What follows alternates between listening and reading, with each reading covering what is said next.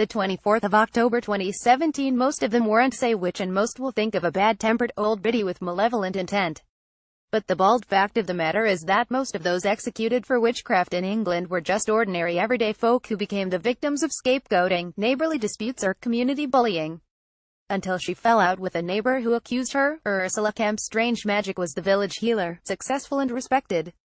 Sid Moore by Amy Freeborn. Burn witch burn. Contrary to images in popular culture, most witches were not sentenced to burn to death.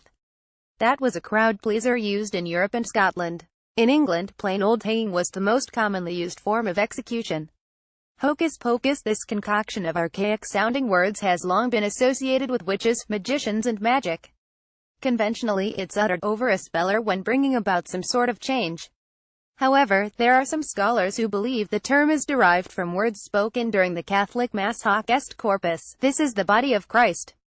Talking to your cat could get you into trouble. Witchfinders were obsessed with discovering witches' familiars.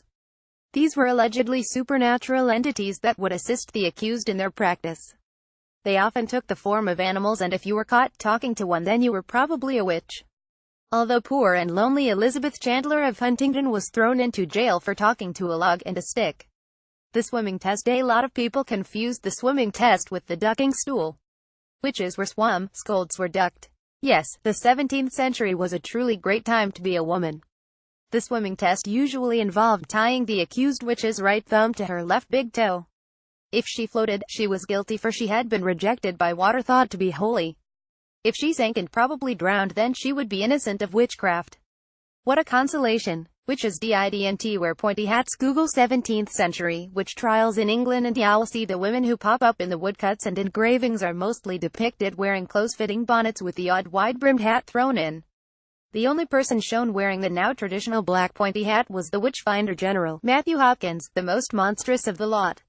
Is it possible that history has conflated him with his victims so that on Halloween, along with our green makeup and black cloaks atop our heads, we're actually wearing his hat, the Devil's Mark, the Witchfinder's friend?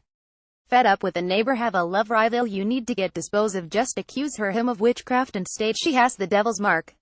For the Devil's Mark was handy catch-all proof that the accused was a witch.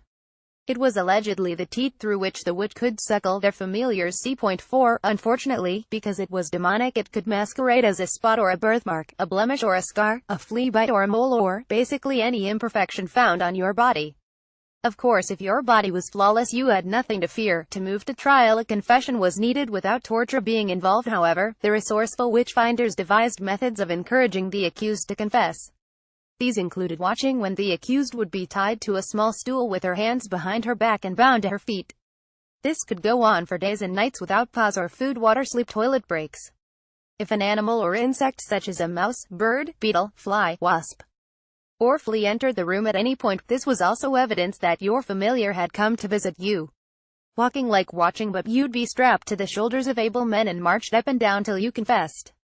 Took days but reaped results. The last person to be prosecuted under the Witchcraft Act was Helen Duncan. And believe it or not, she went down in 1944. Witch hunts are not a thing of the past. Unfortunately, the witch hunt still exists around the world today in Kenya, India, Saudi Arabia, South Africa, Papua New Guinea and many more countries. The brilliant Danish charity Danud Hjelp does a lot of work with the witch children of Nigeria.